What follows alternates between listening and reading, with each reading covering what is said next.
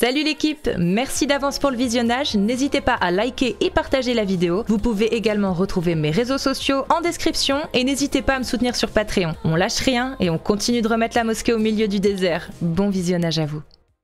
Nono, bienvenue à toi. Merci, bonjour Cassius. Salut. Ça va?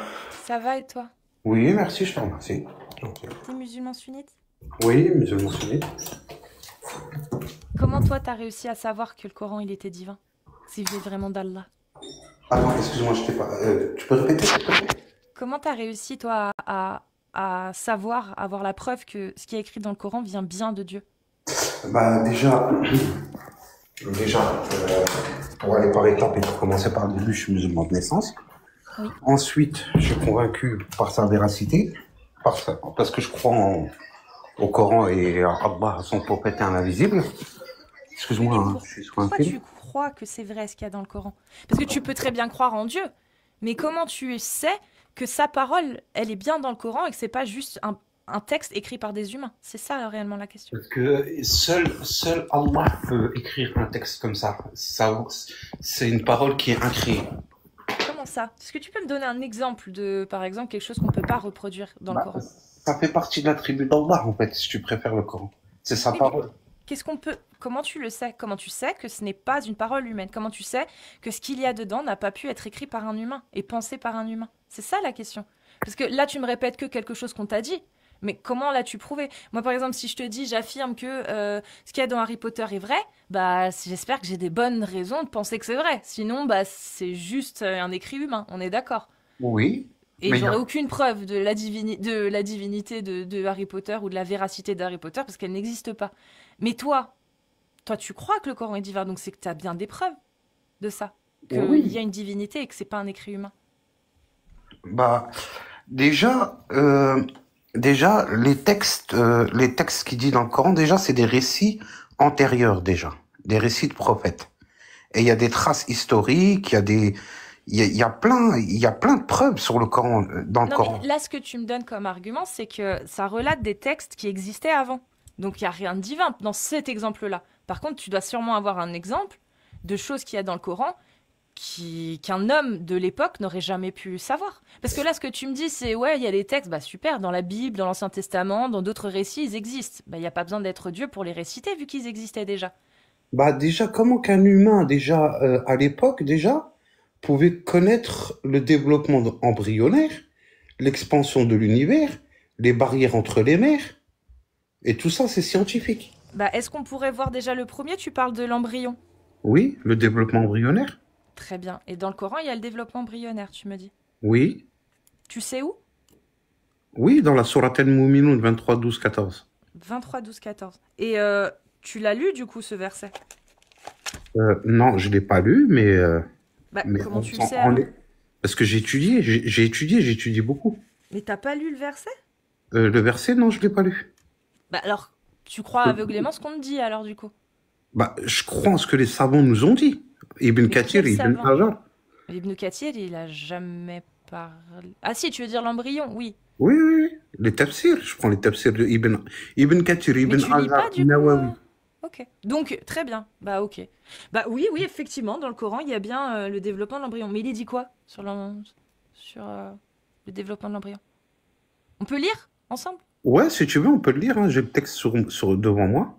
Alors, nous avons certes créé l'homme d'un extrait d'argile. Ça, c'est le début. Est-ce que déjà ça c'est vrai ou pas? Oui, oui.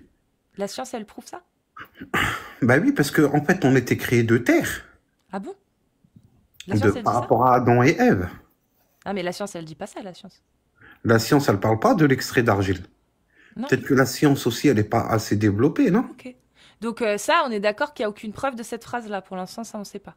Ça, pour l'instant, je vais pas m'avancer sur quelque chose que je connais pas. Si la science, Tu, si tu me dis que la science, elle le dit pas, donc elle le dit pas. Je te crois, entre guillemets, je me comprends, tu vois, mais Puis je, nous enfîmes une goutte de sperme dans un reposoir solide. oui, un reposoir solide, c'est-à-dire les testicules, si je peux me permettre. Ah bon? Ok. Oui. Et ça, on le savait pas avant. Bah, tout le monde l'a su, ça. Pourtant, dans le Coran, Allah, il parle pas des testicules. Il dit que le sperme vient de derrière les lombaires, je crois. Ah oui, des reins Des de vos reins, ouais. parents. Oui. Donc il dit pas ça, Allah. Il se contredit ou pas? J'ai pas compris. Bah, si tu veux, moi, j'ai les textes devant moi en faisant mes recherches, je peux te dire directement ce qu'a dit les versets directement, le verset. Vas-y, alors dis-moi. Voilà. Donc, il dit explication scientifique vue moderne. Mhm. Voici comment ces termes ont été compris à la lumière de l'embryologie moderne. Une goutte de sperme ou liquide fécondant, Mhm. nutfah, correspond à la première étape de la fécondation. Mhm. Signifie en arabe classique sangsu, Oui. quelque chose suspendu ou halaqa. Cela décrit bien l'embryon à 2-3 semaines suspendu à la paroi utérine et ayant l'apparence d'une sangsue. Mhm. Ça, c'est les scientifiques modernes qui le disent. Hein. Mhm. Ensuite, ils T'es disent sûr que... qu'on le disait pas avant ça? Avant, ils ne le disaient pas. T'es sûr qu'on le dise, que t'es sûr que ça c'est une connaissance qu'on connaît seulement aujourd'hui, ça? Bah, ils disent scientifique moderne, c'est que c'est une découverte d'aujourd'hui. Oui, mais qui dit ça? Qui dit que ce sont des scientifiques modernes? C'est où que tu lis ça? Bah, ça, c'est les scientifiques qui le disent. Tu le lis où ça? Tu le Bah, lis sur les sites scientifiques ou tu le lis dans oui, un... oui, Quel site scientifique? Tu peux me le donner, maintenant, s'il te plaît? bah, c'est les scientifiques en général. Bah non, c'est pas ce qu'ils disent. Bah, ça dépend quel scientifique tu prends, tu vois. Bah là, ce que tu es en train de lire, là, ce que tu es en train de dire, c'est ce qu'on retrouve dans des livres qui datent d'il y a longtemps, bien avant l'islam. Ce que je viens de dire là. Non, par contre, moi, Si, c'est est-ce les que tu as scientifiques. noté, est-ce que tu as parlé de spermatozoïdes là dans ce qu'il est dit ou pas? Oui, une goutte de sperme ou liquide fécondant. Voilà, il n'y a pas de spermatozoïdes, c'est le sperme. Oui, le sperme, C'est une pas goutte de pareil. sperme. Voilà. Une goutte de sperme. Et Et ben, ben c'est ce qui était déjà dit avant. le verset du Coran, il dit une goutte de sperme. Il parle pas de spermatozoïdes. Puis nous avons fait de la On est d'accord? goutte. On est d'accord qu'il parle pas de spermatozoïdes. Il parle Il pas non parle... plus d'ovules. Non, il parle pas de ça. Ça c'est des découvertes récentes.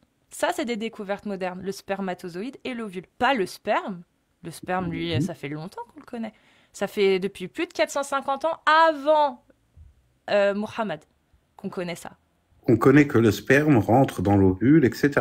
Pas dans l'ovule. L'ovule, on n'avait pas non plus. À Ah, l'époque, avant, il ne comme dans le savait Coran. pas. Comme dans le Coran, on savait pas non plus le Coran, il parle pas d'ovule. Oui, il parle pas d'ovule, il parle pas de spermatozoïde. Voilà. Deux connaissances qu'on n'avait pas à l'époque. Par contre, il parle du sperme, de la fécondation, de l'embryon, des choses qu'on savait 450 ans avant. Si tu veux, je te donne, c'est Claudius Gallus, Claude Galien. Claude Galien, c'est 400 ans, 450 ans avant l'apparition du prophète. Et il avait déjà fait des études dessus. D'ailleurs, elles étaient étudiées dans les plus grandes universités, en Mésopotamie, en Égypte, même en Inde, je crois. D'accord. Est-ce que tu connais le professeur Ketmore? Kismour, oui, je connais. Ouais. Eh ben lui, il a dit que le verset là du Coran, c'est été décrit parfaitement avec la science d'aujourd'hui. Et qu'est-ce que disent les autres savants de Kismour? C'est-à-dire tous les autres scientifiques? Qu'est-ce qu'ils disent, eux, de l'interprétation de Kismour? Est-ce qu'ils la valident? Est-ce qu'il y a un consensus? Ou est-ce que c'est le seul à le dire? Ah bah ça, faut que je fasse mes recherches. Parce que Bah, je suis c'est pas... exactement. Parce que quand il y a un avis isolé, Oui, en science, hein, je parle. oui. Pas voilà, en science, pas en science islamique, en Même dans le science. fikr islamique aussi. Oui, aussi, quand il y a un avis isolé, il n'est pas pris en compte pour les théories scientifiques. C'est-à-dire Oui. que pour qu'il y ait une théorie qui soit validée, il faut Faut qu'il y qu'il y ait ait une des espèce de études qui... consensus, quoi. Exactement. Mm. Donc ce serait bien de savoir si Kismour, quand il dit ça, bah, les scientifiques lui donnent raison ou pas. Ouais, ça, c'est des recherches à faire. Je ferai Oui, mes oui. recherches et je reviendrai vers toi. Mais on peut Et je passer à... t'invite à lire, vraiment, je t'invite à aller voir par contre Claude Galien, à faire des comparaisons entre ce que Claude Galien a dit et ces versets du Coran. Mais Claude Gallien, est-ce qu'il est isolé lui aussi ou pas? Ah non, Claude Galien, il est reconnu aujourd'hui. Il y a juste, aujourd'hui, il est euh, pas debunk, c'est pas debunk, il est complété par les connaissances modernes. C'est-à-dire qu'on a compris qu'il avait fait quelques erreurs, comme dans le Coran. À savoir que dans le Coran, il parle pas d'ovule. Il parle d'un reposoir solide. Oui. Et c'est ce que disait aussi Claude Galien. Lui, il avait un autre terme. Et il ne savait pas que l'ovule existait parce que c'était microscopique, comme il ne savait pas que le spermatozoïde existait parce que c'était microscopique. Des éléments qu'on ne retrouve pas dans le Coran. Et c'est là que la question, elle se pose. C'est un Dieu omniscient, omnipotent, qui parle de l'embryon avec des termes et des connaissances que les humains avaient déjà à l'époque. Est-ce que c'est pertinent ou est-ce que justement ça n'aurait pas été l'occasion pour lui de parler de choses qu'on n'avait pas parce qu'on ne pouvait pas les voir? Ouais. Ouais. Mais moi, ce que je veux savoir, c'est est-ce que c'est un cas isolé? Comment ça? La personne que tu as nommée. Claude Gallien? Non, Claude Oui, Gallien, c'est ses études, c'est celles sur lesquelles ont bossé justement tous oui, mais il les n'y a pas de consensus scientifiques. pour lui. Bah, c'est comme Si, Quêtement. si, il y a un consensus. Le Mhm. consensus, c'est que Claude Gallien, c'est l'un des scientifiques de l'époque qui a ramené justement des connaissances nouvelles sur l'embryologie et sur d'autres choses. Mais là, en l'occurrence, D'accord. c'est l'embryologie. Et Et tous ces travaux ont été étudiés depuis lors, depuis il a existé jusqu'à aujourd'hui. Et c'est sur ces travaux que se sont basés la majorité des scientifiques qui ont étudié le cas de l'embryologie. Et aujourd'hui, on a des meilleurs outils, donc on sait beaucoup plus de choses que Claude Gallien. Donc Claude Gallien, ses travaux, finalement, ils sont devenus obsolètes. Mais c'est ceux qui ont permis d'arriver aujourd'hui, en fait, Claude Gallien, mais entre tu autres. veux Hein. que je te dise ce que les savants ils disent sur ça? Ils Lesquels de disent, savants? ouais, conclusion sur ça, les savants ils disent, ce passage est considéré par de nombreux savants comme un des signes montrant que le Coran ne peut venir que d'Allah, car aucun humain à l'époque du prophète sallallahu alayhi wa sallam ne pouvait connaître ces détails Eh ben, embryologiques, c'est faux. Là, on te ment. même approximatifs. On te ment. Claude Même, Gallien, on non, te non, ment. non, Si, non. Nono, on te ment. Claude Gallien, il a dit bien plus que ça.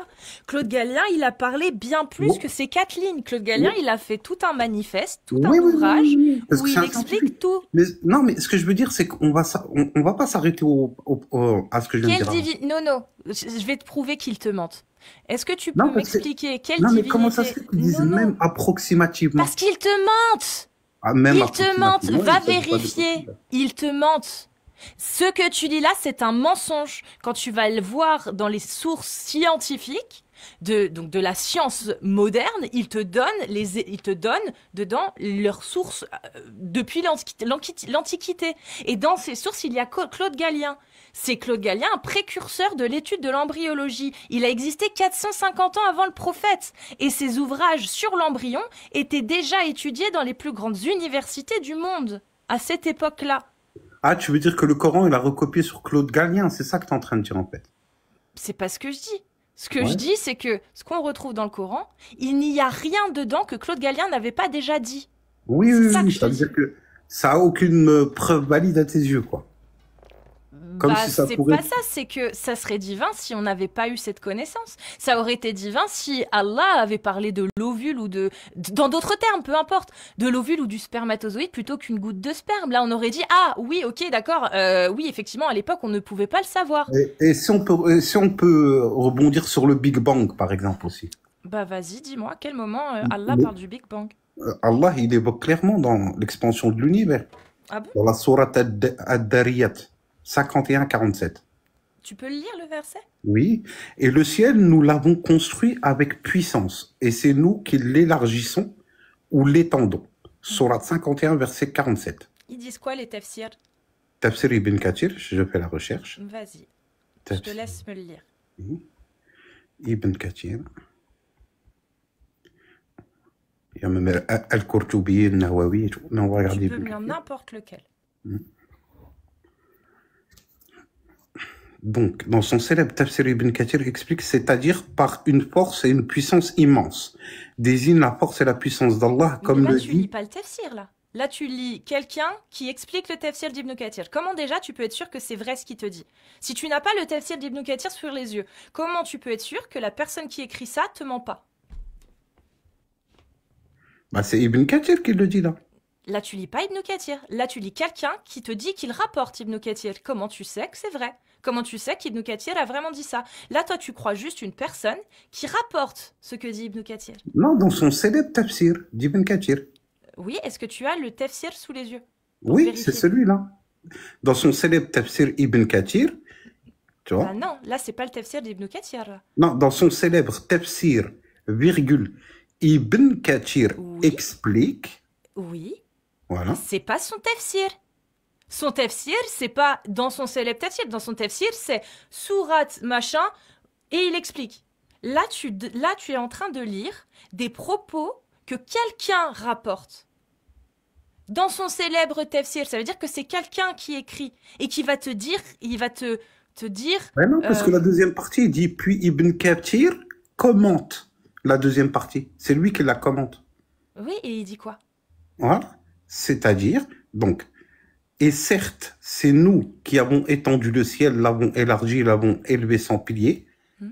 Et il précise, Ibn Abbas et d'autres ont dit, cela signifie que nous l'avons rendu vaste, et certains ont aussi dit, cela signifie que nous sommes capables de créer plus que cela encore. Et ça parle de quoi? Ça parle du ciel. On est d'accord? Oui. Oui. Par Qu'est-ce une que force Ibn immense, Kathir mais il une dit sur le appartenance, ciel? comme je dis, hein, comment t'as dit? Hein? Comment, pardon? Est-ce que tu es allé voir le tafsir d'Ibn Kathir? Bah, c'est le tafsir que j'ai sous les yeux, là. Non, c'est pas le tafsir. C'est ce Toi, que je est-ce que te tu dis. l'as, le tafsir, tu vois? Tu peux Oui, je l'avoir? l'ai. Oui. Ouais. Et il dit quoi? Tu peux le dire? Tu peux montrer? Attends, redis sourate combien? J'ai oublié. D'accord. 51? Ouais. Sourate 51, verset 47. On va le lire ensemble. Hein. Alors, regarde ce qu'il dit Ibn Kathir. Mhm. Oui. Dieu créa le ciel. Attends, je vais dézoomer pour que tu vois mieux. Mhm. Dieu créa le ciel en le faisant comme une voûte protégée. Il le construisit solidement en lui donnant de vastes proportions, sans être soutenu par aucun pilier. Quant à la terre, Dieu la couvrit comme un lit en l'étendant. Dieu a créé un couple de chaque chose, à savoir, bon là après on est dans autre chose. Il parle pas du tout de ça. Il parle de Dieu créa le ciel en le faisant comme une voûte protégée. Il le construisit solidement en lui donnant de vastes proportions, sans être soutenu par aucun pilier. Quant à la terre, Dieu la couvrit comme d'un lit en l'étendant. Il n'y a pas du tout de mention d'expansion ou quoi que ce soit. Il parle vraiment du ciel. Le ciel comme une voûte protégée.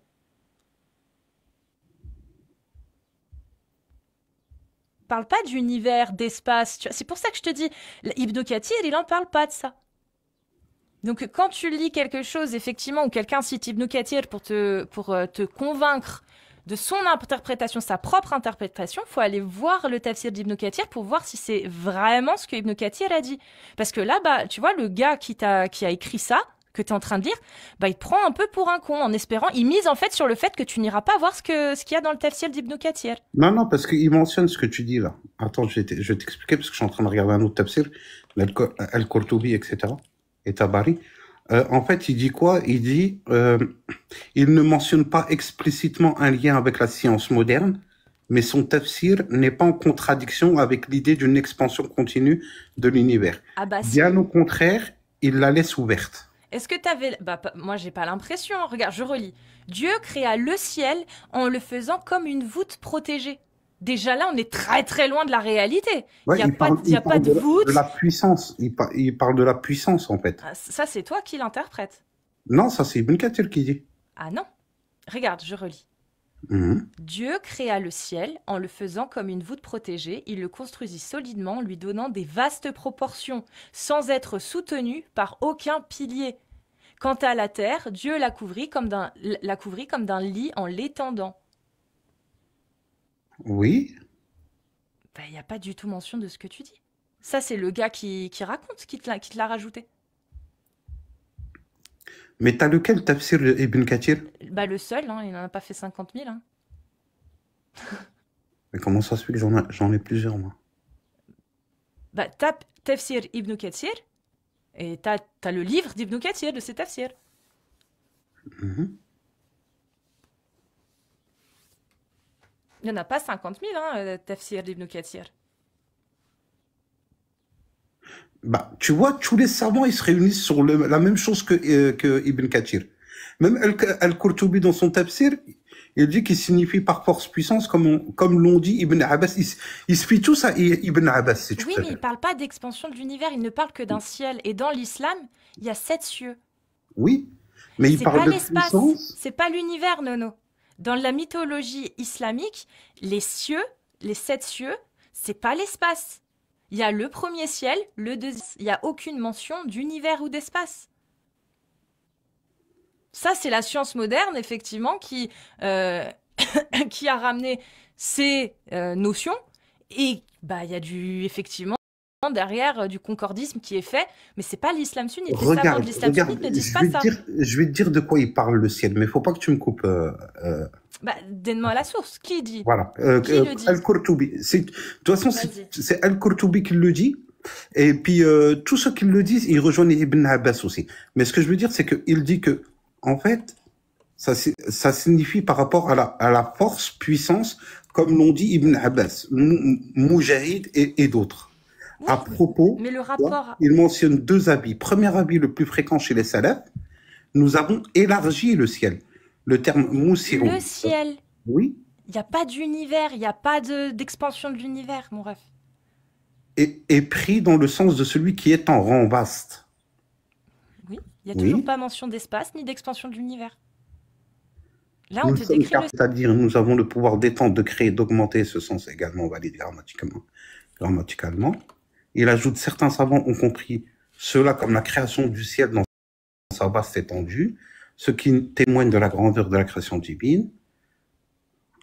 Al-Qurtubi ne lit pas cela à la science moderne, évidemment, puisqu'il vivait au XIIIe siècle, mais son commentaire ne contredit nullement l'idée d'une expansion cosmique. Bah, il parle pas de ça, donc il contredit pas. Tu peux pas contredire quelque chose dont tu parles pas. Il n'en parle pas. Il n'y a pas de mention du tout d'espace. Non. Les commentateurs, jusqu'à ce qu'on ait cette information d'un point de vue scientifique, ne disaient pas ça. C'est dès qu'on a commencé à avoir ces informations qu'il y a des gens qui ont commencé à interpréter. Donc, non. Explique-moi quel est l'intérêt pour un Dieu omniscient, omnipotent, de parler soi-disant de l'expansion de l'univers, comme tu le dis, comme d'autres le disent, en sachant pertinemment que aucun de ces savants n'arriverait à comprendre avant que les mécréants et la science des mécréants ne le découvrent. Quel est l'intérêt? C'est qui l'a découvert en premier? Des mécréants. Bah, à quelle année? Je sais pas. L'expansion de l'univers, je sais pas la date, je sais pas exactement. Moi, je te retourne ma question. Moi, je te retourne ma question. Qu'est-ce qui fait que tu crois, alors en plus que tu es athée, à des scientifiques d'avant, et tu crois pas au Coran? Bah parce que le Coran n'a apporté aucune connaissance. Vrai, je réponds. Oui. Parce que le Coran n'a apporté aucune connaissance que les humains n'avaient déjà donnée à l'époque. Ouais, mais tu vois, ce qui te dit athée, comment tu peux faire confiance à une personne qu'avec la nouvelle technologie moderne, ils peuvent ingurgiter ce qu'ils veulent, te faire croire ce qu'ils veulent, te faire sortir ce qu'ils veulent, te dire que c'est de l'époque, avec des... etc. Je viens de te répondre. Parce que dans le Coran, il n'y a aucune connaissance que des civilisations avant l'islam n'avaient pas. Le miel, il y avait des civilisations qui en parlaient. Les abeilles, il y a des civilisations qui en parlaient. En Mésopotamie, en Égypte antique. L'embryon, il y avait des sociétés comme en Grèce et à Rome où ils en parlaient. Il y avait en Inde où ils étudiaient les travaux de Claude Gallien. Tu veux parler aussi de tous les éléments dont tu vas me citer. Le fer, c'était déjà connu bien avant l'Égypte ancienne. Ils l'utilisaient déjà. Le fer. Bah oui, ils le savaient. En égyptien, le mot fer, ça veut dire fer du ciel. En égyptien, le terme utilisé pour parler du fer, à l'époque, avant l'islam, c'était fer du ciel. Donc oui, ils savaient que ça venait de météorites, les Égyptiens. C'est pour ça que je te dis pourquoi je ne crois pas que le Coran soit divin, parce que pour l'instant, je n'ai trouvé aucune connaissance, aucun élément qu'un homme, un humain du 7e siècle n'aurait jamais pu avoir. Il aurait pu. Parce qu'elles existaient, ces informations. Et que de ce fait-là, si des humains avaient ces informations, il n'y a aucune bonne raison de penser que ces informations qui étaient déjà connues de l'humanité viennent de Dieu.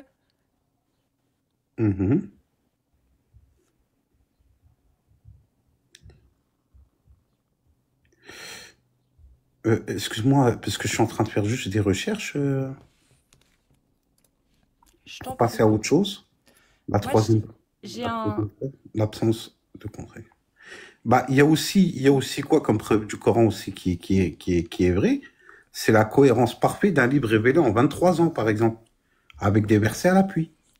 Parfait, ça veut dire quoi? Tu peux me donner la définition de parfait, voir si on peut pas trouver d'autres livres qui sont parfaits selon cette définition? D'accord, je te donne d'abord le verset du Coran.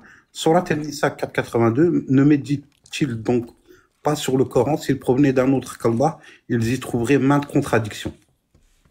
Très bien. Donc, si je trouve un livre où il n'y a pas de contradiction, alors c'est qu'il vient d'Allah. Bah, tu peux pas, parce que c'est le seul qui dit, déjà. Ah bah non. Moi, j'ai plein de livres que je peux te citer où il n'y a pas de contradiction. C'est-à-dire des livres. Bah, c'est-à-dire déjà le dictionnaire, il n'y a pas de contradiction. La plupart des Védis modernes, il n'y a pas de contradiction. Il y a plein de livres où il n'y a pas de contradiction. Donc ça suffit pas. Il faut d'autres éléments, on est d'accord. Cet argument-là ne suffit pas. Mais t'en as peut-être un autre. Parce que effectivement, si je trouve un livre où il n'y a pas de contradiction, bah ça suffit pas à dire qu'il est divin. Donc il y a quoi d'autre en fait qu'on pourrait apporter au Coran pour dire bah non, il y a ça, mais il y a encore d'autres choses et qu'on pourrait pas attribuer à d'autres livres. Bah, comment ça se fait? Déjà, il y a aussi une autre preuve que le prophète, il savait ni lire ni écrire. C'est quoi les preuves? Bah, le prophète, il savait ni lire ni écrire. Comment tu le sais ça? Nous, on n'est pas coranistes, on suit les hadiths aussi. Bah oui, mais les hadiths, ils viennent de quoi? Ils viennent des La mêmes sunna gens. du prophète. Ils viennent des mêmes gens qui affirment que le Coran est divin. Donc si tu n'arrives déjà pas à prouver leur première affirmation, pourquoi tu devrais croire ce qu'ils disent? Si on regarde et qu'on trouve que bah on n'a aucune preuve de leur affirmation principale, quelle bonne raison on aurait de croire tout ce qu'ils disent? Bah, avec toutes les preuves qu'il y a. Mais les preuves de quoi, vu qu'on les Les trouve preuves que dans scientifiques. on les trouve que dans leur récit à eux. On les trouve pas dans d'autres sources. On les trouve que dans la Sunna, ces preuves-là. C'est-à-dire que dans des textes qui ont été écrits par les mêmes gens qui ont fait croire à tout le monde que le Coran était divin sans jamais leur prouver. Quelle Bah, bonne il y raison a, on aurait de croire il y quelqu'un a qui nous plein de affirme preuves. quelque chose Il y qu'on a n'arrive même pas à une prouver? preuve de transformation des individus et des sociétés aussi. Mais est-ce qu'on peut rester déjà sur l'argument que tu m'as donné Oui, et répondre à cette question? Nono, oui. pourquoi on devrait croire des écrits qui viennent de gens qui ont affirmé quelque chose que tu n'arrives pas à prouver toi-même? Pourquoi tu devrais croire ce qu'ils disent si déjà ils te font une affirmation que tu ne peux pas valider ni infirmer? Dans le Coran. Mais dans le Coran, c'est parce que c'est marqué dans le Coran que c'est divin, alors c'est divin? Bah oui, c'est la parole d'Allah, c'est la parole d'Allah. Donc ça veut dire que n'importe quel livre où dedans c'est marqué que c'est la parole de Dieu, alors c'est la parole de Dieu. D'accord. Bah regarde. Supposons maintenant, regarde. On va y aller sur... et ça, ça, tu peux pas... On est obligé... c'est une preuve, on peut dire. Maintenant, il y a aussi le fait de croire. Si Allah subhanahu wa ta'ala... Quelle est la définition de croire, Cassius? Bah ça, tu veux croire ou la foi? Parce que c'est pas la Non, même chose. croire. Croire, c'est quand Oui, tu as de bonnes raisons de croire en la véracité de quelque chose ou d'accord. l'existence de quelque chose. Croire en une entité. C'est quoi croire en une entité? Définition. Bah j'en sais rien. C'est quoi l'entité? Définis-moi l'entité parce que En Dieu, par exemple. Croire en croire en lui. Dieu, Ouais, c'est quoi la définition? bah Explique-moi, c'est c'est quoi croire croire en en lui? l'existence d'un être créateur, je suppute. Voilà. Et Ok. comment que tu fais pour pouvoir croire en lui? Et bah faut avoir de bonnes raisons. Non, mais Sinon ça s'appelle croire. la foi. La foi Voilà. pour le coup ça se base sur rien. La croyance normalement dans la définition quand Oui, tu crois à quelque chose, faut savoir si tu as de bonnes raisons de croire. Après tu peux croire sans bonne raison. Tu d'accord. peux croire sans aucune bonne raison et ça devient de la foi justement. Ouais. Maintenant, il faut juste que tu me suis et puis c'est bon là, parce que tu Je te commences à me suis, je suivre. te suis.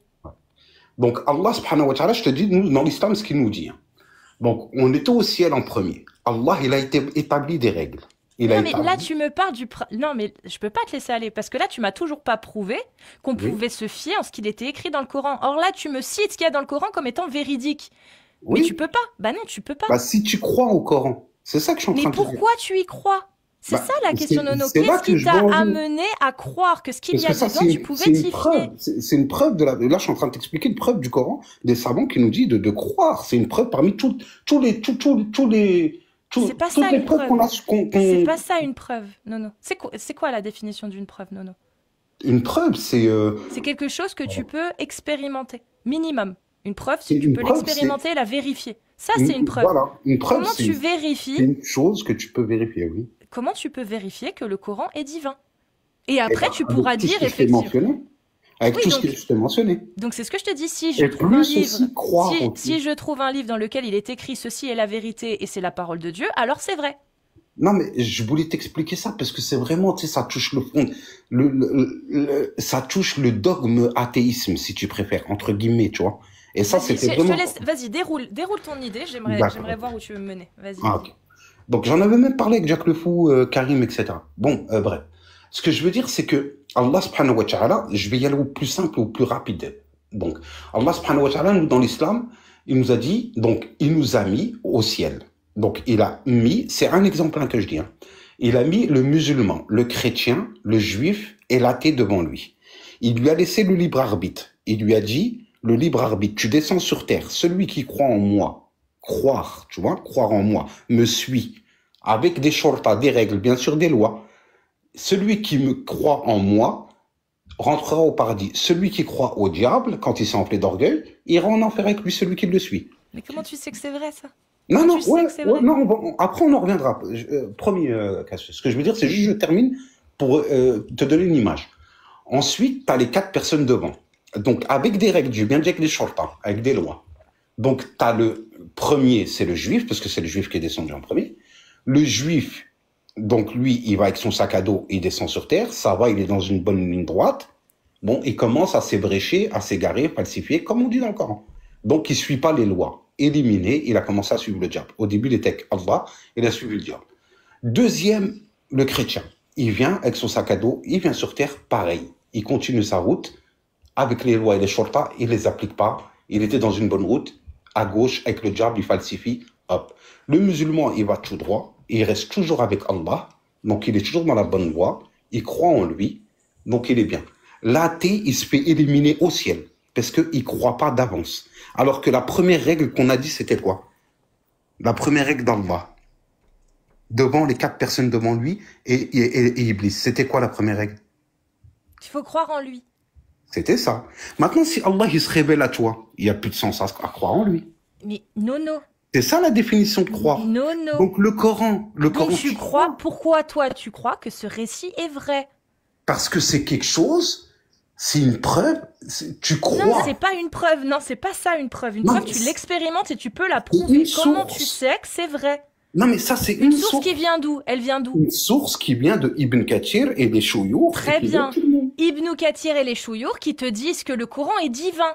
Donc si tu n'arrives pas à prouver que le Coran est divin, pourquoi tu croirais toutes les autres choses qu'ils te disent? Non mais C'est ils ça, disent Nono. que le Coran est divin, donc ils donnent des preuves comme quoi il est divin. Quelle est la Avec preuve? les citations. Donne-la. C'est quoi la preuve qu'il est divin? Et ben tous C'est les quoi la preuve qui montre que ce livre n'a pas pu être écrit par un humain? En fait, c'est simple, Nono. C'est qu'il y a un principe de logique et de rationalité qui veut que lorsqu'il y a une déclaration ou une affirmation qui s'éloigne de ce qu'on a l'habitude de voir, donc du côté ordinaire des choses, à savoir que les livres sont écrits par des humains, tous les livres au monde ont été écrits par des humains, tous, on est d'accord. La majorité, l'extrême majorité, en fait, tous les livres, sauf le Coran, soi-disant.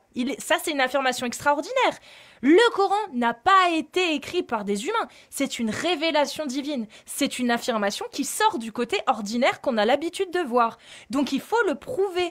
Et pour D'accord. prouver qu'il est que c'est extraordinaire parce qu'il n'est pas humain, eh ben, il faut montrer qu'effectivement, ce qu'il y a dedans n'a pas pu être écrit par des humains. Or, ce que tu me dis là, mais n'importe quel humain aurait pu inventer cette histoire. N'importe quel humain aurait pu écrire ça. Comment tu es sûr que ça vient de Dieu et pas d'un humain? Bah, moi j'ai toutes les preuves devant moi. Bah vas-y, Le défi devant. linguistique par exemple, inimitable. C'est une preuve que le Coran il est divin. Comment toi tu les as, t'as vu que c'était Bah là, que- ils disent apporter donc Ils sur la disent, semblable. toi, Oui. comment tu l'as vérifié? Ils disent, on a vu qu'ils disaient des conneries. On a vu, regarde, Ibn Kathir, il parle pas du tout de ça. Il parlait pas du tout de l'expansion de l'univers, et pourtant, le gars qui l'a dit, il a dit qu'Ibn Kathir... La conclusion, après ça dépend de la compréhension des personnes. C'est Mais la très facile. conclusion de Oui, tous les voilà. savants, Ça dépend. Bah, la conclusion de tous les savants, il n'y a pas d'univers. Il n'y a pas d'expansion de l'univers dans ce verset. Il parle du ciel qu'il a créé comme une voûte et qui n'a pas besoin de piliers pour tenir. C'est exactement ça que disent les savants. Non, mais ils disent que ça concorde avec l'expansion. Non, c'est ce ça que ne je te dis. concorde pas. Ça ne concorde pas. C'est pas parce que ça ne contredit pas une élucubration dite par quelqu'un que tu as envie de croire que ça veut dire que c'est ce que disent les savants. Il n'y a aucun savant qui ne dit ça. Aucun ne dit ça. Aucun ne dit que c'est l'univers. C'est-à-dire que oui, comme tu l'as dit, il y a des gens qui font du concordisme. Et le gars là qui te dit, D'accord. qui Regarde, tu t'affirme peux prendre le qui tafsir. t'affirme, le gars là qui t'affirme qu'il y a des preuves, est-ce que t'es allé les vérifier? Est-ce que t'es allé Bah, vérifier, tu veux voir que je te si donne, vraiment la tu veux que je te syntaxe donne du une preuve? Coran, Je te donne une est-ce que preuve. non, moi Une j'aimerais preuve. savoir, non, moi j'aimerais Oui. savoir si Nono, il est vraiment allé vérifier que la syntaxe du Coran était inimitée et inimitable. J'aimerais Oui. savoir si Nono, il a des preuves de ça, des éléments qui montrent que, bah Oui, tiens, c'est ce que je ici, voulais te dire là. bah Je te vas-y donne la alors, preuve, je te la donne. vas-y. La sourate 2, 23. Tu prends le tafsir d'Ibn Kathir. Et tu regardes la sourate, elle parle à qui, de qui, pour qui et qui. Et quand aussi. Tant qu'à faire.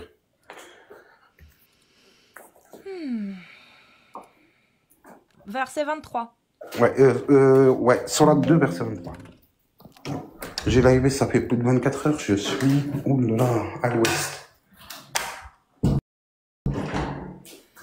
Moi, je t'avoue, Cassius, je suis plus calé sur les sifat, l'eschatologie. Si vous avez le moindre doute sur ce que nous avons révélé à notre serviteur, donc à Muhammad, tâchez de produire une sourate comme celle-ci et pour cela invoquez les intimes que vous vous êtes donnés en dehors d'Allah si vous êtes de bonne foi. Après avoir témoigné de son unicité, là c'est Ibn Kathir qui parle, Dieu voulut confirmer la prophétie de son serviteur. Il dit aux mécréants, si vous êtes dans le doute au sujet de ce que nous avons révélé à Muhammad, apportez un livre semblable si vous en avez, ou bien produisez une seule sourate de ce qu'il contient, et à cette fin, appelez vos assistants. Ibn Abbas a dit qu'il faut entendre par assistant leur divinité ou autre. On trouve cela dans d'autres versets, dont on cite à titre exemple, bon, et il y a d'autres versets. Tu vois, il n'y a Et personne donc, dans tu l'as le... vérifié ça? T'as Oui, vérifié ça? oui, T'es oui. sûr qu'il n'y a aucun écrit qui est Oui, il aussi n'y a bien que... personne qui peut le faire dans le même style Comment linguistique, tu le etc. sais? Comment tu le sais, ça? Ou sinon, ça serait connu, on le saurait. Mais en fait, il n'y a que les musulmans qui ne le savent pas. Hein, Dis-moi, c'est qui a pu réaliser ces exploits-là? c'est simple, il y a des sourates qui ont été révélées par des mécréants et qui ont été tellement bien imitées qu'elles ont réussi à être récitées dans certains pays musulmans comme étant des vraies sourates. Et d'ailleurs, les gens qui ont écrit ces sourates-là, ils ont été condamnés parce qu'ils ont fait croire que c'était Allah, la parole d'Allah, et que les gens y ont cru. Donc comment c'est possible, si c'est vrai ce que tu dis, comment c'est possible que les gens aient cru que c'était je suis d'accord. sourates? Comment c'est possible? Parce qu'ils ont copié sur l'original. Bah non.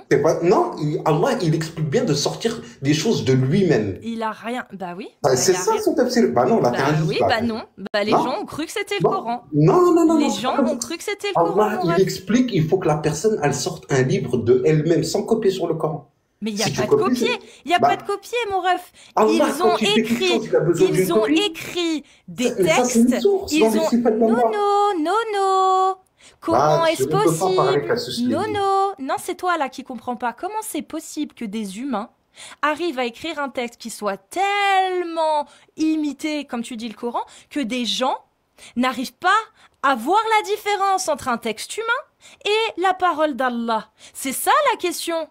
C'est comment Allah s'est-il débrouillé pour que son Coran soit facilement modifiable et que les gens croient que ce soit sa parole quand on récite des choses qui n'ont rien à voir avec le Coran? Eh ben, comment c'est possible qu'ils ont réussi à découvrir que c'était faux ce qu'ils disaient? C'est pas que c'est faux. Ça confirme bien qu'il est bien préservé, le Coran. Comment ça? Ça confirme qu'il est bien préservé, le Coran. Bah non, déjà, c'est pas ce que disent les textes. C'est pas ce que disent les... S'ils ont détecté le mensonge, ça veut dire qu'Allah, il a préservé son Coran. Non. C'est pas ce que disent la Sunna. C'est pas ce que disent les hadiths. Mais comment tu préserves le Coran? Non. S'il te plaît. Les hadiths, ils disent bien que le Coran, celui qu'on a là, c'est une compilation de Othman. Oui. Donc tu peux m'expliquer comment le Coran a-t-il été préservé si déjà Othman, dans des hadiths, on apprend qu'il a fait venir tous les écrits qui se contredisaient en disant que c'était le Coran, pour les trier et les compiler pour en faire un même Coran? Déjà, le Coran, il y en a plusieurs sens. C'est pas ma question. Comment on peut affirmer que le Coran a été préservé, sachant que entre le moment où le prophète a révélé sa parole et le moment où Othman a compilé, on apprend dans les hadiths que ça circulait pas les mêmes interprétations et les mêmes sourates. Les gens se contredisaient. Et que pour éviter ça, Othman a fait venir tous les écrits et toutes les versions qui circulaient à travers le monde arabe, qu'il a compilé, qu'il a tout brûlé le reste et qu'il a sorti un Coran unique pour tout le monde. Ouais, mais t'as l'explication pourquoi ils se contredisaient, les gens? Bah oui. Pourquoi? Elle est dans le hadith, l'explication. Est-ce Comment que c'est pas Othman a-t-il fait pour savoir quels écrits venaient réellement de Allah et quels écrits ne venaient pas de Allah quand il a compilé? D'accord. Comment il a fait, Il y a Othman? des textes qui disent que Omar ben Khattab, il avait des insufflations angéliques. Que s'il y avait un prophète après lui, ça devait être lui. Et pourquoi il l'a écouté pour son testament de mort? Mais tu es en train de me citer des textes qui te disent que le Coran, il a été compilé presque 100 ans après la mort du prophète, mon ref. Un peu moins, 50 ans. Je suis en train de te dire qu'il a été préservé d'une manière ou d'une autre. Et moi, je te dis que les mêmes sources, elles te disent le contraire. Les mêmes sources de l'islam sunnite te disent que c'est après la mort du prophète que le Coran a été rassemblé avec des versions différentes et que c'est Othman et des gens à qui il a confié la tâche de prendre ce qu'il considérait comme étant le plus juste. C'est-à-dire que même là, on n'est même pas sûr que tout ce qu'il y a dans le Coran vienne vraiment d'Allah. Parce que derrière, ce sont des hommes qui ont décidé de compiler, de garder ce qui leur semblait être juste. Ça, c'est le hadith, un hadith sahih, c'est les mêmes sources que ce que tu viens de me dire. Donc comment on peut être sûr? Comment on peut être sûr que ces gens qui ont rapporté ça ne mentent pas? Qu'ils se sont pas ou pas trompés? Que, en fait, ce qui est dit est forcément vrai. Comment tu peux être sûr, Nono? D'accord, je fais mes recherches tout de suite, hein, et puis je te dis ça.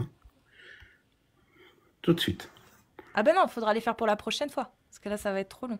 Ouais, Si t'as pas la réponse, ça veut dire que tu vas croire un forum ou un article que quelqu'un aura écrit à ta place.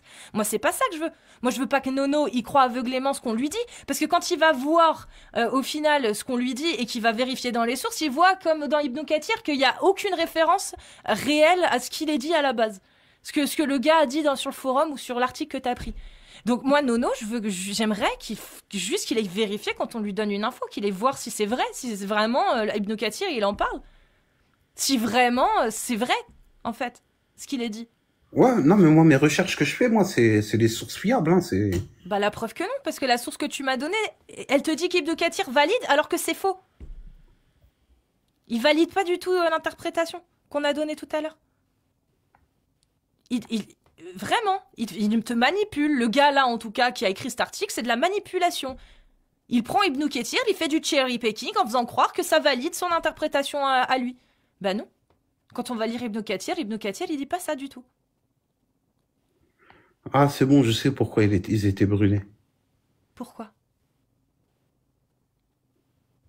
Voilà, c'était pour en revenir à ce que je t'avais dit juste avant. Je le savais que c'était ça. C'était par rapport au sens dans la révélation. Et comment Tu sais qu'il y a un Warsh, savait... tu sais qu'il y a un Coran Warsh chez Piraps. Oui, et comment Othman savait-il ce qui était vrai, ce qui avait vraiment été révélé, ce qui n'avait pas été révélé? Comment il le savait? Ce qu'ils disent, c'est parce qu'ils l'ont mémorisé en premier. Ils ont pris celui que le prophète, Pas Othman. Pas Othman. Si, tous les califes. Non. Bon, on va lire le hadith, puisque tu préfères croire ce que les gens te disent parce que ça te rassure. Tu veux qu'on lise le hadith? Il dit pas ça, le hadith. Donc on va lire le hadith. Et tu vas voir que tu te fais prendre pour un con. Salut Enki. Vraiment. Alors, c'est pas celui-là, c'est celui-là. Bon, par contre, ça fait longtemps que j'ai pas recherché ce hadith, donc je sais plus où je l'ai mis.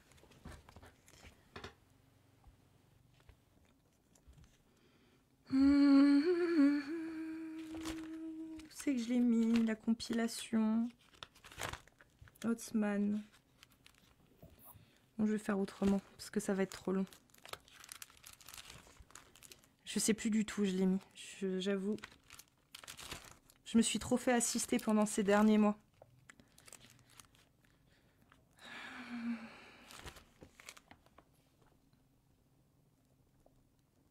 Alors, El-Bukhari, est-ce que c'est celui-ci? 4987. Je crois que c'est celui-ci. Je suis pas sûre.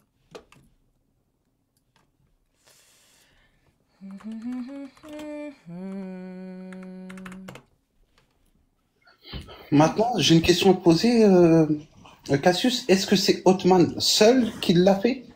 Qui Non, l'a non, il y avait d'autres gens, justement. Voilà. Bah, C'est-à-dire c'est que eux toi, qui tu l'ont fais mémorisé. confiance en ces gens, C'est tu eux leur qui fais l'ont confiance. mémorisé. Tu leur fais confiance.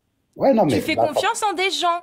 Ça Non, veut mais dire là, que là, tu fais confiance en des gens qui ont rapporté. Tu connais la chaîne de transmission du Coran ou pas? Tu sais qu'il y a une chaîne de transmission du Coran. non, C'est-à-dire que le Coran qu'on a là, c'est pas le Coran directement que Mohammed a révélé, hein. Il oui, y a une oui, chaîne oui. de transmission. Oui, oui. D'Égypte, etc. 1900 quelque chose. Donc comment tu fais pour être sûr que ce qu'il y a dans le Coran n'a pas été modifié entre-temps? Parce que tu fais confiance en des gens. T'as pas besoin de preuves. T'as juste besoin du témoignage de gens en qui tu fais confiance. Pourquoi tu leur fais confiance? T'as aucune bonne raison. Parce qu'ils ont affirmé. C'est simple. Ces gens-là ont affirmé que le Coran était divin, mais là, depuis tout à l'heure, t'as aucune preuve de ça. Donc tu choisis de croire en des gens qui t'ont affirmé quelque chose que tu pourrais vérifier, mais que tu n'arrives pas à vérifier. Donc tu n'as aucune bonne raison de penser que ces gens, ils sont fiables. Mais toi, tu as décidé de croire qu'ils étaient fiables. Non, tu Sous sais quel pourquoi? Tu prétexte, sais Nono? pourquoi ils sont fiables? Parce Pourquoi? qu'il y en a plusieurs. Il y a même le manuscrit de Othman qui est en Ouzbékistan, Istanbul et au Caire. Et ils ont fait la liaison entre les deux. Ils ont vu qu'ils concordaient. Ok, Nono. Donc le Coran est divin, mais tu sais pas me dire comment. Bah, je viens de te le dire depuis tout à l'heure. Bah non, tu m'as rien donné, Nono, qui Moi, n'aurait je t'ai pas pu être. apporté pas les choses que Nono, de ma tête. Je t'ai apporté ce que les Nono, savants ils disent. Hein. c'est faux. On a regardé, les savants ne disent pas ça. Toutes les informations que tu m'as Non, mais données, elles après, si viennent t'as d'un ta forum. compréhension Nono, cassée, je suis Nono, désolé, moi. Nono, ne mens pas. Oui. Toutes les sources que tu m'as données, tu ne les tires pas des oulémas. Tu les tires d'un forum. On est d'accord. Est-ce que tu peux nous donner le site qui affirme ce que tu dis, Nono, ou pas? Est-ce que tu peux nous donner le site où tu as trouvé ces infos? Parce que là, tu parles pas des oulémas. Là, tu donnes l'interprétation d'une personne en qui tu as décidé de faire confiance parce que ce qu'elle dit te satisfait. Mais les oulémas, on est allé voir. Ils disent pas ça. Ils valident pas cette interprétation. C'est pas l'interprétation qu'ils en ont. Bah si, puisqu'on a eu les mêmes réponses. Bah non. C'est pas du tout ce que dit Ibn Il y avait Kathir. dans ton livre et ce que je t'ai dit, c'était la même chose.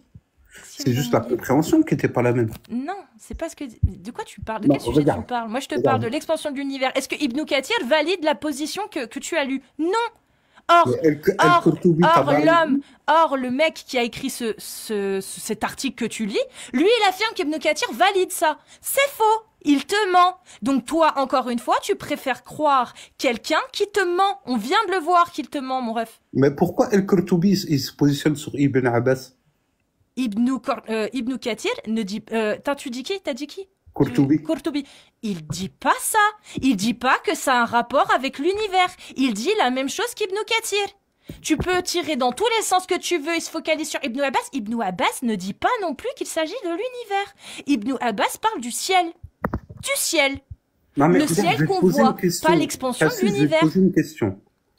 Comment que t'expliques, toi, que tous les savants comme Ibn Kathir, Ibn Hajar, Al-Qurtubi, At-Tabari, etc., les musulmans de leur époque, les musulmans de l'époque du prophète, le prophète, les Sahaba, les musulmans d'aujourd'hui, quand on lit un texte, on a tous la même compréhension sauf toi. Ibn Kathir ne parle pas d'expansion de l'univers. Non, mais quand on se regarde... Ibn Kathir, très bien. Tu veux jouer à ça? Tu peux m'expliquer la 434, s'il te plaît? La 434. Vas-y, explique-moi la D'accord, 434. ok. Ah, ok, je te regarde ça tout de suite. Tu me parles d'interprétation, t'es même pas capable de lire ce que disent les savants, mon ref. Donc D'accord. Ibn Kathir, il n'a pas cette interprétation-là. Ibn Kathir, il ne parle pas d'univers. Ibn Kathir, il parle du ciel. Et quand tu vas dans le Coran, tu sais qu'il y a 7 ciels, 7 cieux, 7 ciels, mon ref. Ok, très bien. Va voir ce que ça veut dire, les cieux dans l'islam. Il ne parle pas d'univers. À aucun moment, il ne parle d'expansion de Tu m'as l'univers, dit sur encore la moins. 4, combien? Verset 34. Vas-y, je te laisse m'expliquer. Selon ce que disent les savants. Puisque tu préfères aller lire des gens qui interprètent pour toi plutôt que d'aller voir ce que disent les savants directement. Je sais hein, quel verset tu vas mettre, mais bon, on va regarder. Bah allons-y. Allons voir ce que disent les savants, puisque apparemment les savants ils disent la même chose que toi. On va voir. Ça, je le savais, ça, c'était sûr. Bah on va voir si tu fais preuve de cohérence. Moi je veux Je bien le te croire, savais. hein, mais pour l'instant j'avoue qu'il n'y a pas grand-chose en termes de cohérence. Mais c'est pas grave. C'est juste que bah on va voir jusqu'où ça mène en fait ton raisonnement. Si ça se heurte à un moment donné au mur de la logique. Tu dis que les savants ils interprètent tous la même façon. Moi je suis plutôt d'accord avec toi. C'est vrai. Dans l'ensemble, les savants, ils disent la même chose. Ben, on va voir ce qu'ils disent sur la sourate 434. On va voir si tu es toujours d'accord avec eux.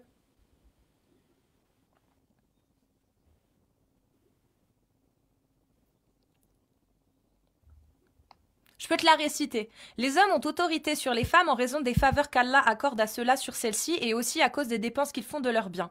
Les femmes vertueuses sont obéissantes à leur mari et protègent ce qui doit être protégé dans l'absence de leur époux avec la protection d'Allah.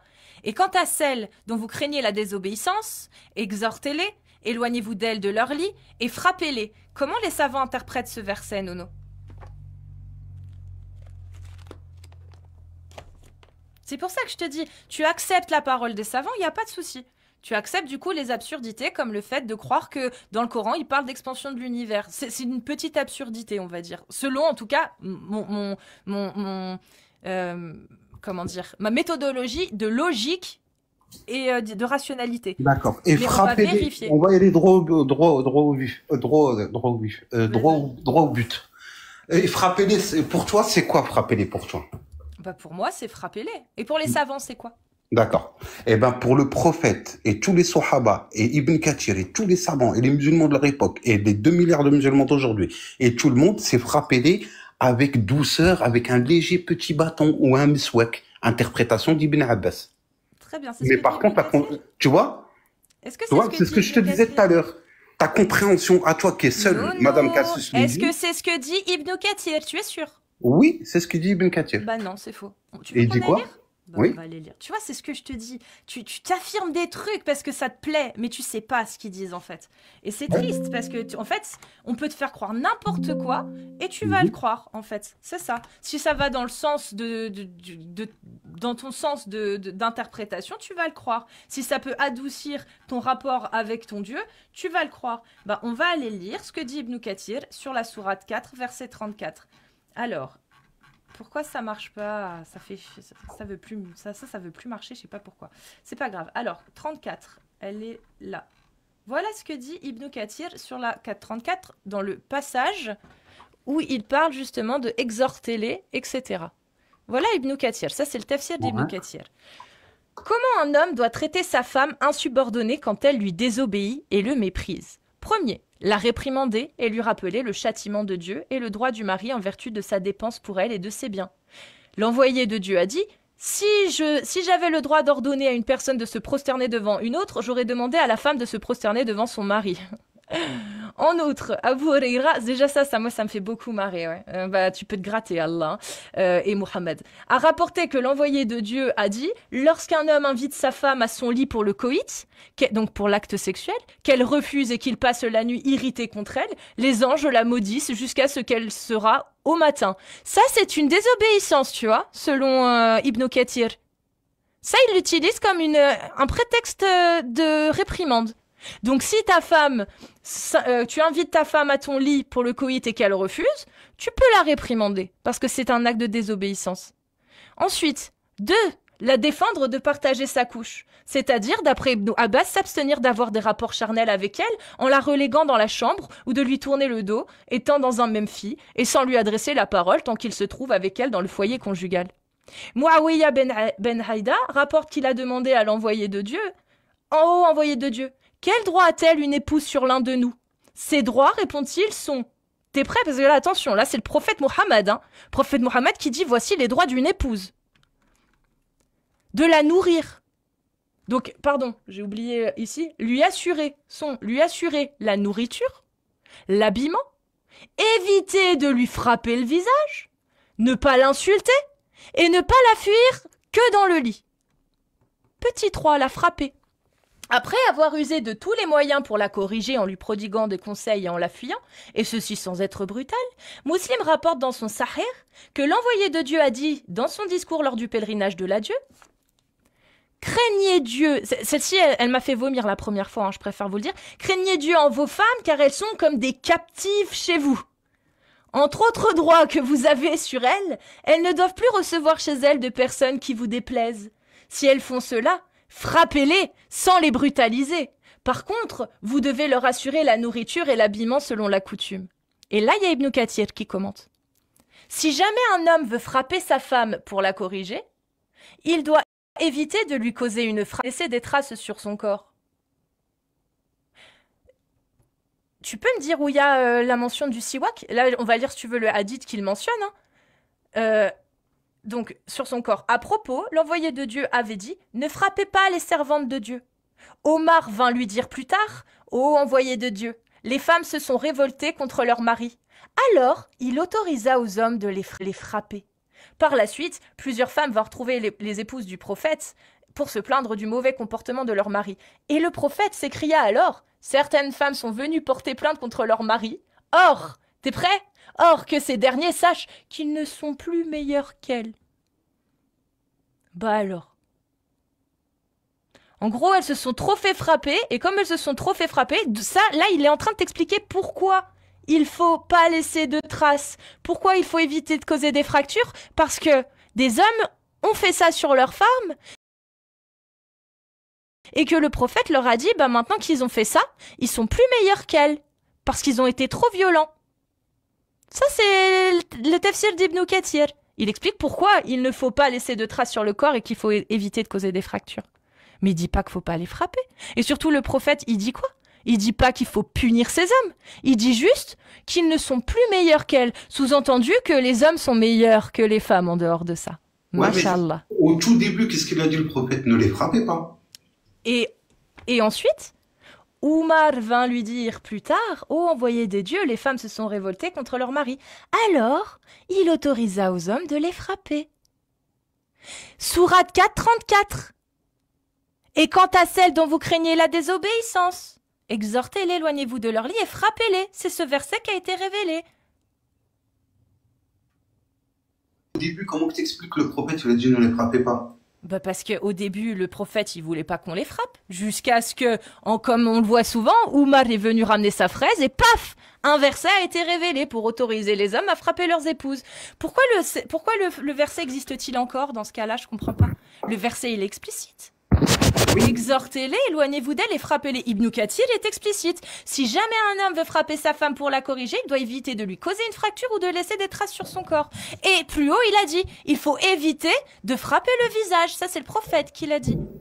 Maintenant, Cassius, est-ce que je peux te demander, tu vois les textes-là, est-ce que tu peux me donner, s'il te plaît, les avis des chouyours contemporains, Al-Azhar, Médine et tout? Ah non, mais moi, je prends l'islam sunnite.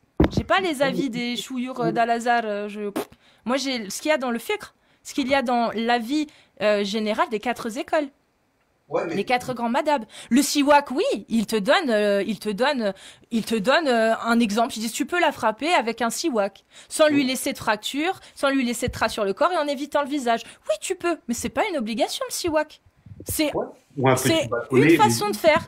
Il y a d'autres choses. Tu peux prendre un torchon. Tu peux prendre... même, il y a un hadith qui parle du fouet. Tu sais, le fouet qui est laissé... Avec douceur. C'est pas marqué avec douceur, non. Donne-moi un tafsir, non. Un seul tafsir qui parle de douceur. Parce que moi, je veux bien que les oulémas d'aujourd'hui, ils interprètent comme ils veulent, mais moi, j'aimerais bien savoir quel tafsir des mufassirin, des oulémas des 4 écoles, disent ça. J'aimerais vraiment savoir. Parce que c'est quand même étonnant que ce soit en 2025 où effectivement les violences envers les femmes sont punies aujourd'hui d'emprisonnement, que les savants aient décidé de réinterpréter cette parole. Parce que depuis 1400 ans, c'est pas ce que disent les oulémas. Depuis 1400 ans, les oulémas, les mufassirin, ce qu'ils disent, c'est ça. Alors comment tu m'expliques, Nono, que ce soit en 2025 ou 2020, peu importe, au moment où on commence à effectivement punir les hommes qui frappent leurs femmes, que ça y est, bah non, c'est pas, ils se sont trompés. Les oulémas pendant 1400 ans se sont trompés quand ils disent qu'on peut frapper sa femme. Ils se sont trompés. Comment tu m'expliques ça? S'ils se sont trompés là-dessus, alors ils se sont trompés sur tout potentiellement, Nono. Pourquoi continuer de les croire, Ibn Kathir? Comment que tu m'expliques que tout le monde, tous les savants, ils disent tous, regarde, je sais pas si t'as... Donne-moi le nom d'un savant qui dit ça, Nono. Moi, je te dis que t'as tort.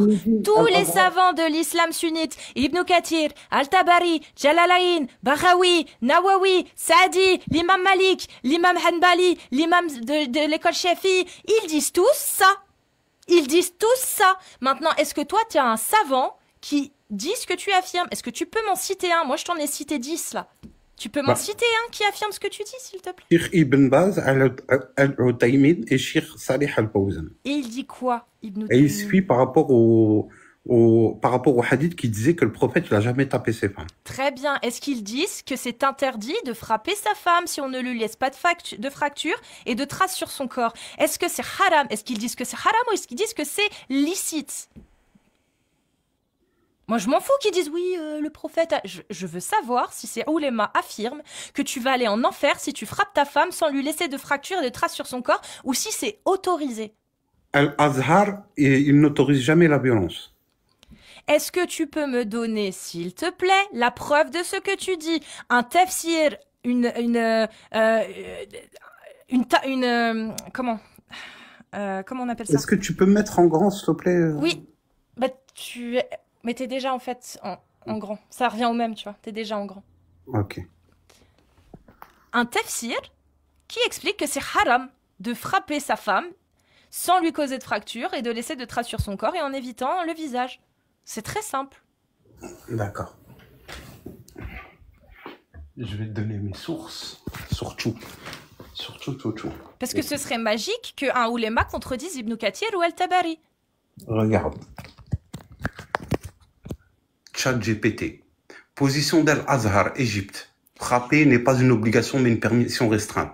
Le prophète n'a jamais frappé ses femmes. Le mot d'Araba peut être interprété différemment. Conclusion, Al-Azhar, le verset n'autorise jamais la violence. Position des savants de Médine, Arabie Saoudite.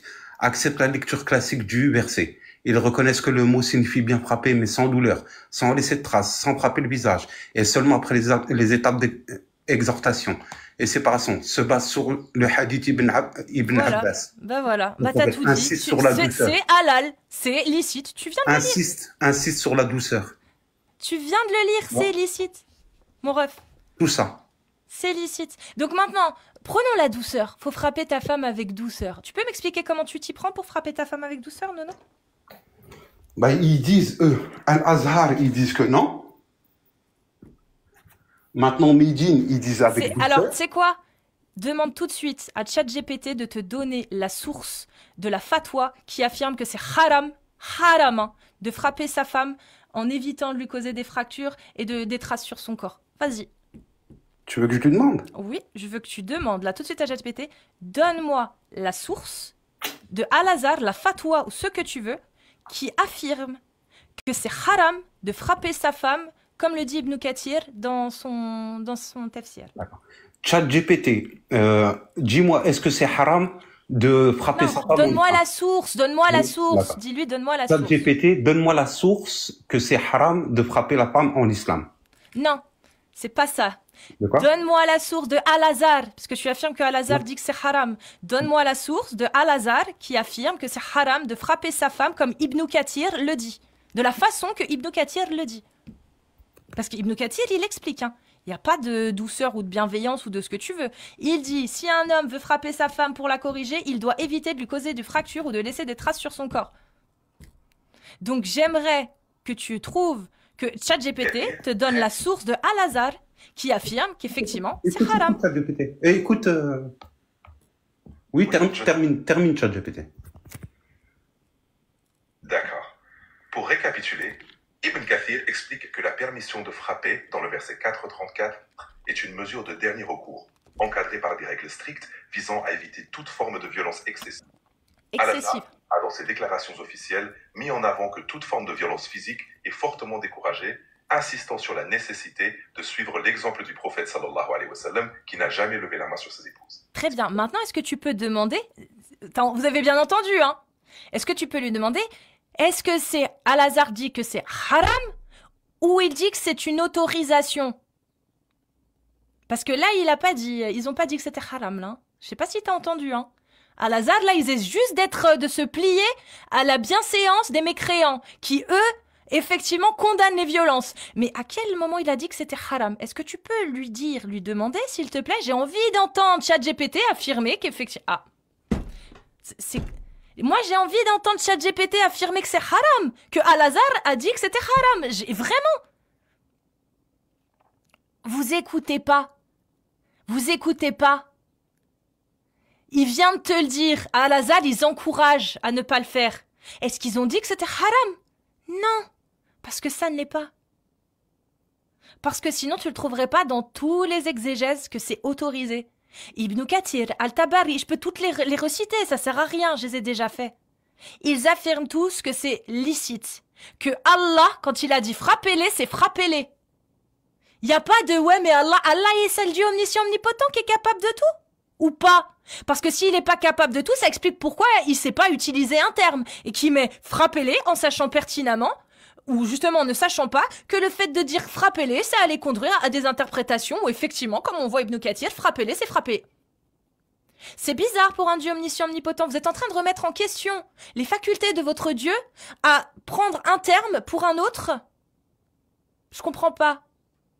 Vous êtes en train de remettre en cause la faculté de votre Dieu à choisir le terme bon, parfait, pour qu'il soit bien interprété, que ça ne cause aucun problème.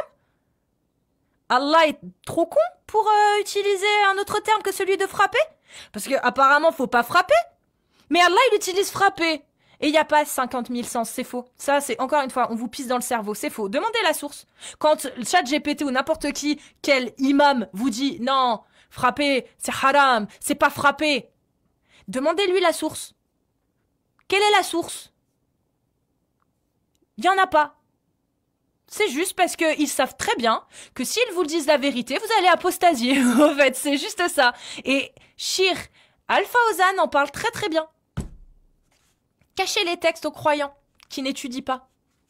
Sinon, ils fuiraient la religion. Shir Al-Fawzan qui le dit.